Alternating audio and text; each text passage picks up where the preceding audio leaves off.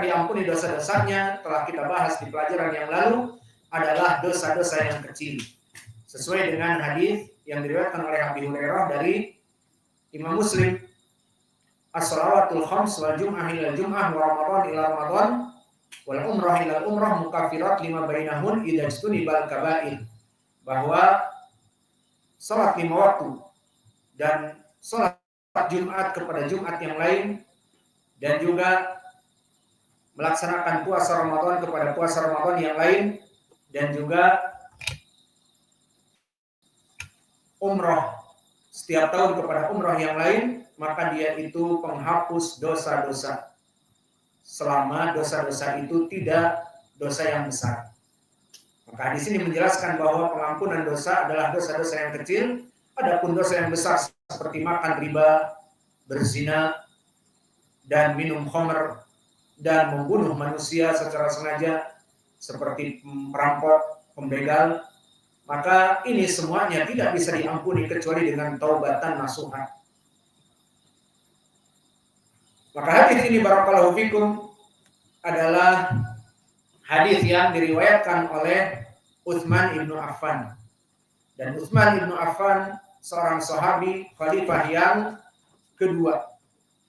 Maka dia itu digelari dengan Dzu Nurain yang mempunyai 2 cahaya. Kenapa? Karena dia menikahi 2 putri Nabi. Boleh tidak menikahi 2 putri bersaudara? Nggak boleh. Ini Utsman menikahi 2 istri bersaudara. Berbeda gimana? 2 istrinya anak Nabi, 2-duanya putri Nabi. Setelah meninggal. Jadi kalau setelah meninggal boleh, iya atau tidak? Jadi dihitung 1 tetap.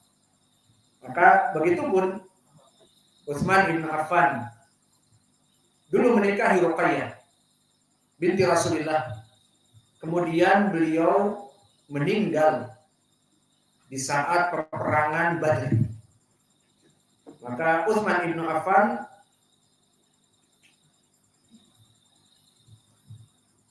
menikahi putrinya yang kedua dari tawaran Nabi bernama Ummu Kulsum. Maka nikmat menjadi menantu Nabi 2 lagi. Inilah dari keutamaan Utsman bin Affan. Dan dari keutamaan Utsman bin Affan juga seperti hadis yang telah kita lalui di saat Nabi naik kepada Gunung Uhud, hadis muttafaqun alaih dari Anas. Maka disebutkan bahwa Utsman seorang yang akan mati syahid dan dia dalam keadaan masih hidup. Maka disebutkan di hadis Anas, Sayyidina Rasulullah SAW Uhudan farajaha. Nabi naik kepada gunung Uhud dan gemetar Uhud. Kemudian diterangkan oleh Nabi dan berkata, Uthbut ya Uhud. Diam wahai Uhud, jangan bergetar. Bukanlah yang naik kepadamu kecuali Rasulullah wasiddiq wasyahidain. Tidak ada yang naik kepadamu sampai kamu bergetar ini kecuali Rasulullah, aku, dan As-Siddiq, yakni Abu Bakar, digelari As-Siddiq, wasyahidain, dan 2 orang yang akan mati syahid. Disebutkan keduanya syahidain dan keduanya dalam keadaan masih hidup. Dan ini menjadi pendalilan nubuatin Nabi. Maka setelah itu Utsman bin Affan akan mati syahid dibunuh oleh kelompok Khawarij yang di zaman sekarang ISIS ataupun semua yang berpikiran memberontak kepada pemerintah kaum muslimin yang ada dan mengkafirkan kaum muslimin, maka mereka lah kelompok Al-Khawarij. Maka Utsman bin Affan seorang sahabi yang mulia, maka dia itu dibunuh oleh kaum muslimin yang mengkudetanya. Maka di sini dia menjadi mati syahid, dan begitu pun Umar dibunuh oleh Abu Lu'lu'ah al-Majusi menjadi syahid juga. Maka di dalam hadis ini menjadi pendalilan bahwa Utsman bin Affan dari keutamaannya dia adalah orang yang akan mati syahid dan dikhabari dia masih hidup. Dan begitu pun dari keutamaan Utsman, tidak ada manusia yang paling baik setelah meninggalnya Nabi kecuali Abu Bakar. kemudian urutannya summa Umar. Kemudian urutannya yang ketiga summa Utsman. Dan ini sepakat ahli sunnah wal jamaah bahwa Utsman adalah orang nomor 3. Sesuai dengan hadis yang diriwayatkan oleh Imam Al-Bukhari dari Ibnu Umar, kunna fi zaman Nabi Muhammadin sallallahu alaihi wasallam la nu'adilu bi Abi Bakrin ahadan. Summa Umar, summa Utsman, summa natruku ashaban Nabi sallallahu alaihi wasallam la nufadilu bainahum. Maknanya bahwa kata Ibnu Umar, kami di zaman dulu di saat Nabi Muhammad SAW masih hidup, tidaklah kami menjadikan orang yang terbaik setelah Nabi kecuali Abu Bakar. Tidak ada niza, tidak ada ikhtilaf. Kemudian setelah itu Umar, tidak ada ikhtilaf. Kemudian setelah itu Utsman, tidak ada ikhtilaf. Kemudian setelah itu ikhtilaf para ulama atau para sahabat, siapa setelah Utsman. Maka menandakan bahwa 3 khulafa ar-rasyidin, Abu Bakar dan juga Umar dan Utsman adalah mereka orang-orang yang paling mulia. Dan begitu pun di sini. Hadis kita adalah hadis Utsman, maka perawi hadis ini orang yang sangat mulia. Orang ketiga yang paling baik dari kaum muslimin yang ada di zaman Nabi Muhammad SAW sampai akhir zaman. Dan dari keutamaan Utsman juga Nabi merasa malu dengannya. Jangankan Nabi, malaikat pun merasa malu dengannya karena imannya dan sidqnya kepada Allah. Seperti di dalam hadis yang muttafaqun alaih, dakhala Utsmanu fajalas tu wa sawaita thiyabak. Berkata Aisyah, di saat masuk Utsman, dikatakan oleh Aisyah, fajalasta wa sawaita thiyabak. Maka kamu merapikan duduk kamu di saat Utsman masuk dan merapikan pakaian kamu. Merasa malu Nabi, kata Aisyah. Maka berkata Nabi, ala astahi min rajulin yastahi minhul malaika. Tentu aku merasa malu kepada Utsman. Selain itu dia juga mertuanya dan Utsman menantunya. Maka aku merasa malu kepada Utsman, jangankan aku, malaikat pun merasa malu dengannya. Maka para sahabat dengan keimanan yang kuat, sidq kepada Allah dalam keadaan banyak orang dan dalam keadaan sendirian, para malaikat merasa malu atas sidq dan benar hatinya kepada Allah Jalla wa'ala. Dan faedah dari hadis ini, di mana Utsman radhiyallahu anhu mengajari para sahabat dengan permasalahan wudu dengan mempraktekkan dirinya. Maka pengajaran seperti ini, dia mempraktekkan wudu, kemudian di ujungnya mengatakan inilah wudunya Nabi. Maka ini adalah metode yang paling baik dalam mengajar. Bukan hanya sekedar teori. Wudu itu adalah bla bla bla definisinya. Dan caranya, sifatnya adalah bla bla bla. Ini teori. Ini juga bisa masuk kepada pelajaran. Namun di sana ada yang lebih baik selain teori juga praktek. Maka da'a Utsman biwadu'in. Utsman memerintahkan kepada Imran maulanya untuk mengambil wadu tempat. Kemudian ada para sahabat dia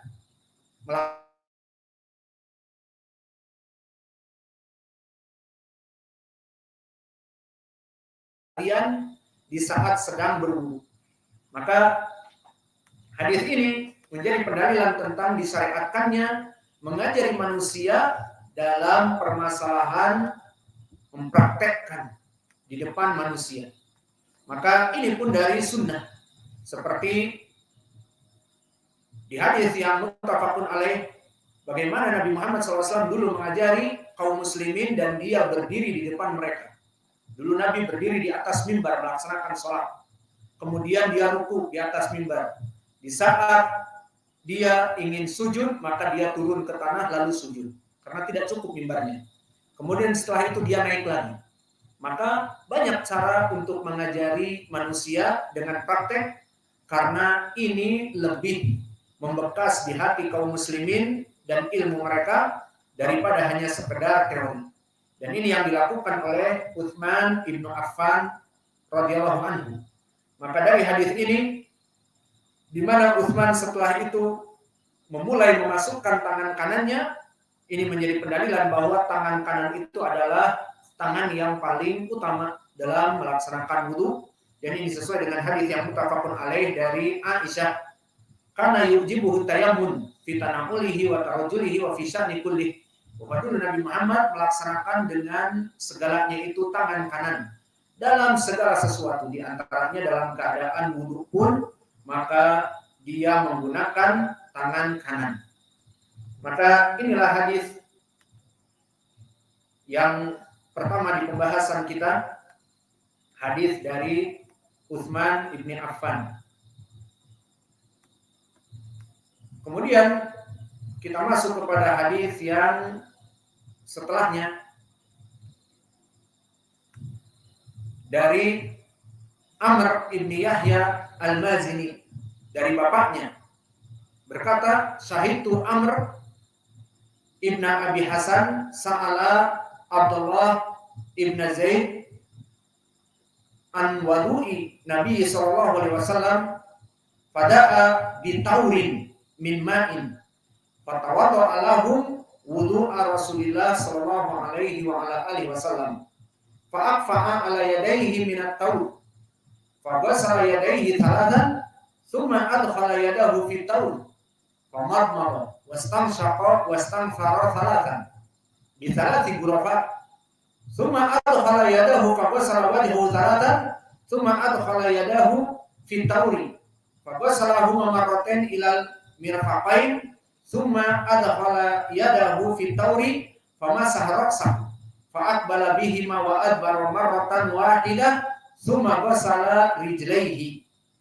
Maka di dalam hadis yang datang di hadis yang kedua setelah hadis Utsman adalah hadis dari Abdullah bin Zaid al-Mazini, yang mana disebutkan seorang tabi'i Amr ibnu Abi Hasan menanyakan tentang wudunya Nabi. Maknanya meminta diajari bagaimana wudunya, sunnahnya wudu dari Nabi.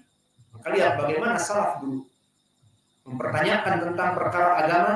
Telah meninggal Nabi, maka bertanya kepada para sahabat.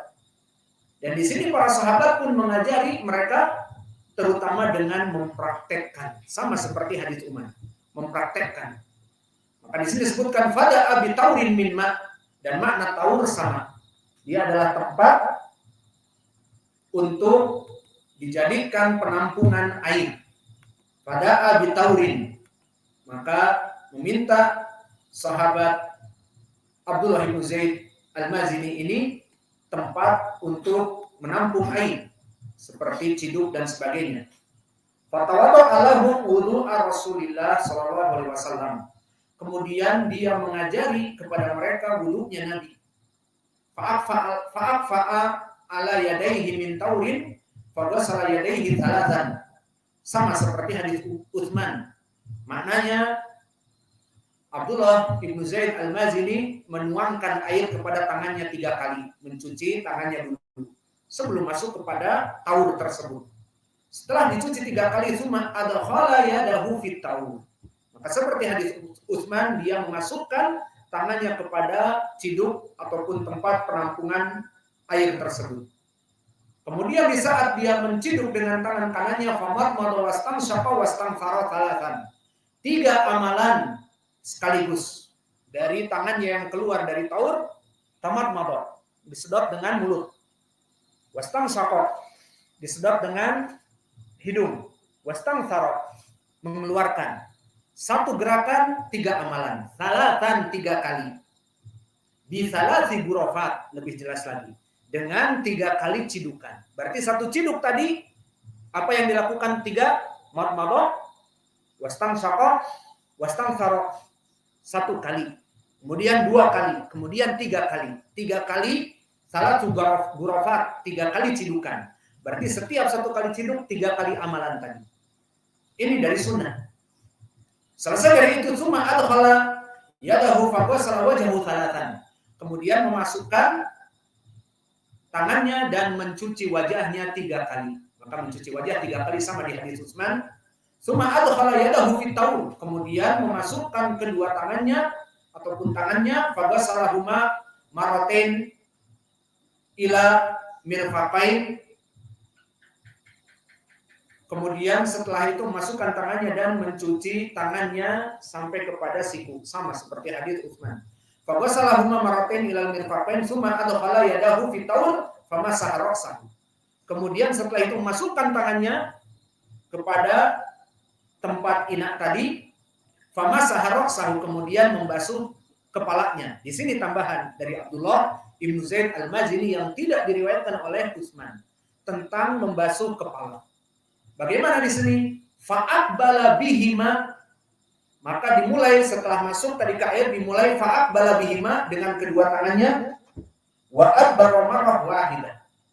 Di sini kemudian kembali, setelah kembali dibalikkan lagi ke depan. Seperti itu. Ini di hadis Abdullah bin Zaid Al-Mazini. Fa'aqbala bihima wa adbara marrah wahidah. Tsumma ghassala rijlaihi, kemudian mencuci kedua kakinya. Maka dari hadis Abdullah bin Zaid Al-Mazini menjelaskan hadis Utsman yang hanya Utsman menjelaskan kemudian membasuh kepalanya. Tidak disebutkan bagaimana membasuh. Maka di sini membasuh kepala dijelaskan di hadis muttafaqun alaih. Abdullah bin Zaid Al-Mazini memasukkan tangannya ke ina, kemudian menyimpan di depan, membalikkan ke belakang, terus setelah sampai kofah di sini kembali kepada ke depan. Berarti itu yang dijelaskan di hadis Utsman yang sederhana dijelaskan di sini. Sehingga apakah melaksanakan seperti ini orang awam 3 kali? Ingat waktu masih kecil seperti itu wudu kalian, maka di sini lebih jelas. Bukan masalah menciprati ubun-ubun ujung rambut 3 kali, tetapi seperti tadi. Dan di riwayat bada'a bi muqaddami ra'sihi hatta dhahaba bihima ila qafah atau ila qafah. Tsumma raddahuma hatta raja'a ila makan alladhi bada'a minhu. Di sini lebih dijelaskan lagi. Bada'a bi muqaddami ra'sihi. Setelah mencelupkan disimpan di depan.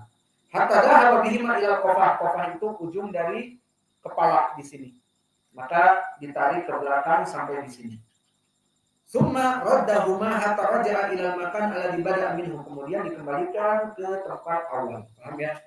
Untuk kepala paham. Maka inilah hadis dari Abdullah Ibnu Zaid Al-Mazini. Dan di riwayat atana Rasulullah SAW fa akhrajna lahu ma'an fi taur min sufrin. Maka ini tambahan lafaz tentang permasalahan air tersebut. Maka lafaz dari sunnah yang kita sebutkan sama antara 2 sahabat, hadis Utsman dengan hadis Abdullah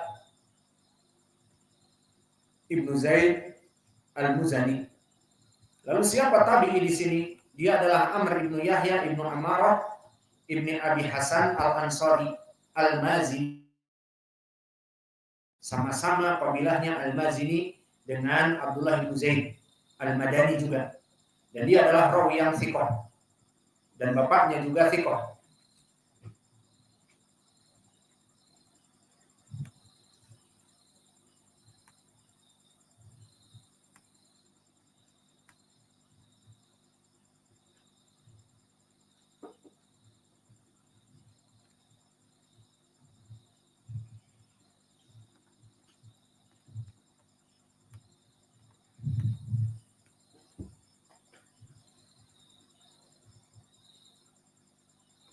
Maka inilah hadis dari Abdullah bin Zaid Al-Mazini yang membicarakan tentang permasalahan al-wudu. Dan makna taur tadi adalah ina as-saghir. Dia adalah ina yang kecil.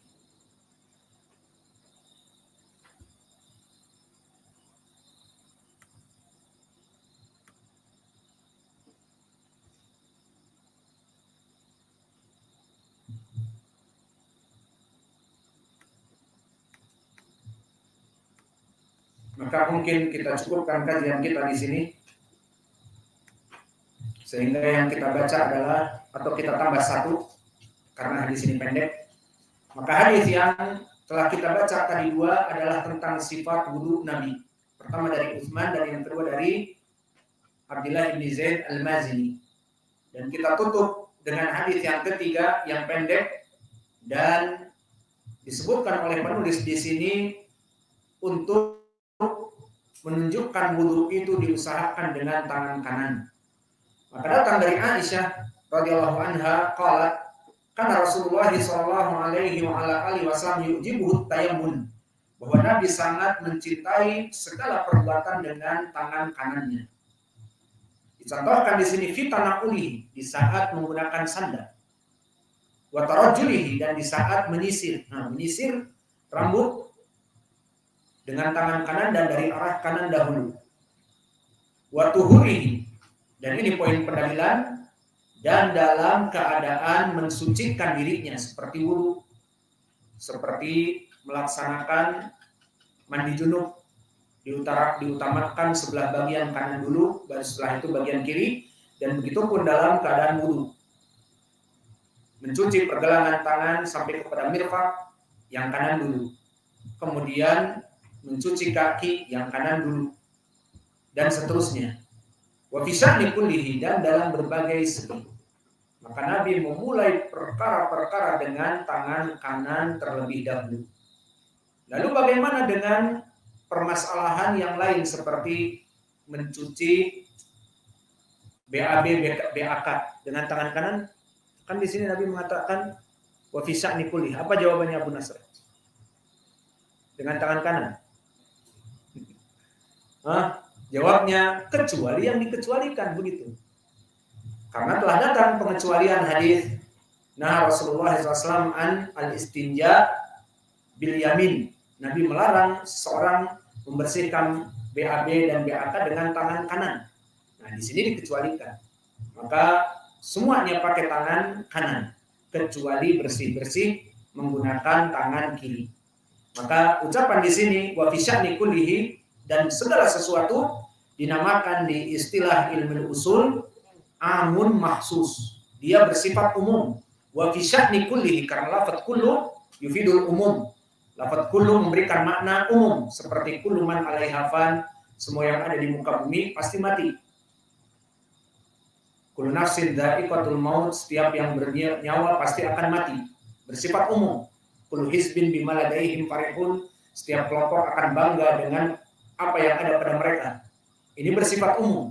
Maka di sini wa fi sya'ni kullihi, dan Nabi melaksanakan yang kanan-kanan dalam segala perbuatan itu asalnya.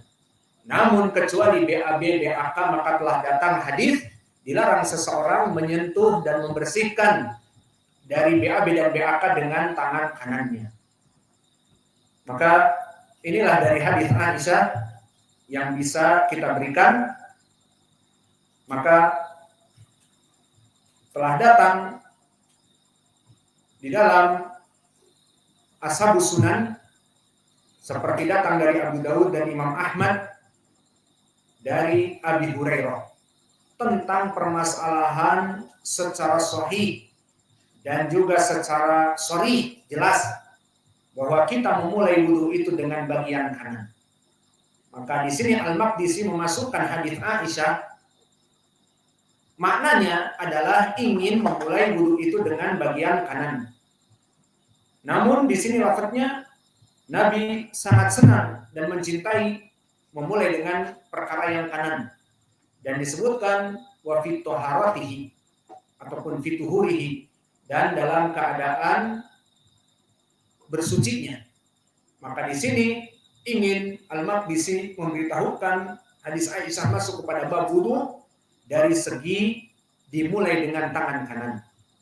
Namun di sana ada hadis yang lebih jelas diriwayatkan oleh Imam Abi Daud dan Imam Ahmad, yang mana hadis ini hadis yang sahih dari riwayat Al-A'mash an Abi Shalih an Abi Hurairah.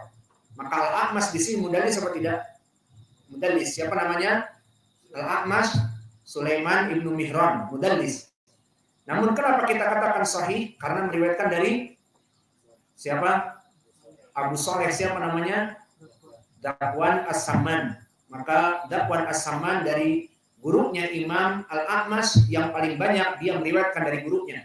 Sehingga periwayatan Al-Mudallis jika meriwayatkan dari gurunya yang paling banyak periwayatan darinya, ihtimal tidak ada tadlis. Karena dia meriwayatkan dari gurunya yang banyak itu. Meskipun dia mudallis tetapi menyebutkan anak-anak maka ihtimal muttasil. Dan ini ucapan Imam Adz-Dzahabi seperti di kitabnya Mizan I'tidal. Maka di sini sanadnya Anil A'mas an Abi Shalih an Abi Hurairah jelas sekali lafadznya. Apa? Idza tawaddatum fabda'u bi aymanikum. Jika kalian berwudu, maka mulailah dengan tangan kanan kalian. Maka di sini menjadi pendalilan tentang permasalahan memulai dengan tangan kanan. Di dalam hadis Aisyah tadi bersifat tidak begitu jelas bahwa Nabi sangat mencintai untuk melaksanakan dengan tangan kanan dalam segala sesuatu, diantaranya dalam menggunakan sandal dan menyisir rambut dan dalam keadaan toharohnya. Adapun di hadis Abu Daud yang datang dari Abi Hurairah yang sanadnya sahih tadi, idza tawaddatum fabda'u bi aymanikum. Maka jika kalian berwudu, mulailah dengan bagian kanan kalian.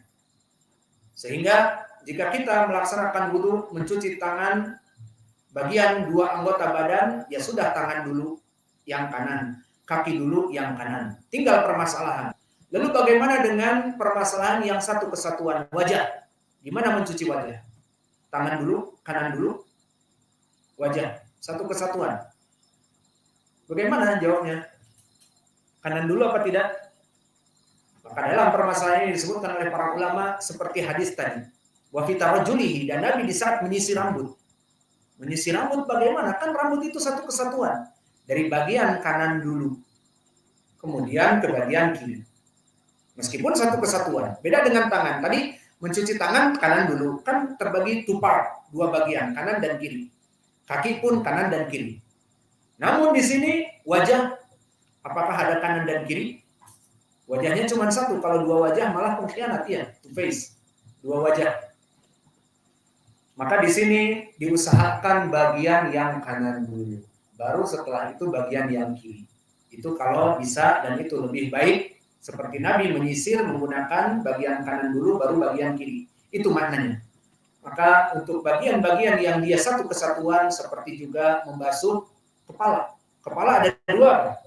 Satu. Berarti membasuh kalau bisa bagian kanan dulu baru kiri. Atau biasa saja seperti itu.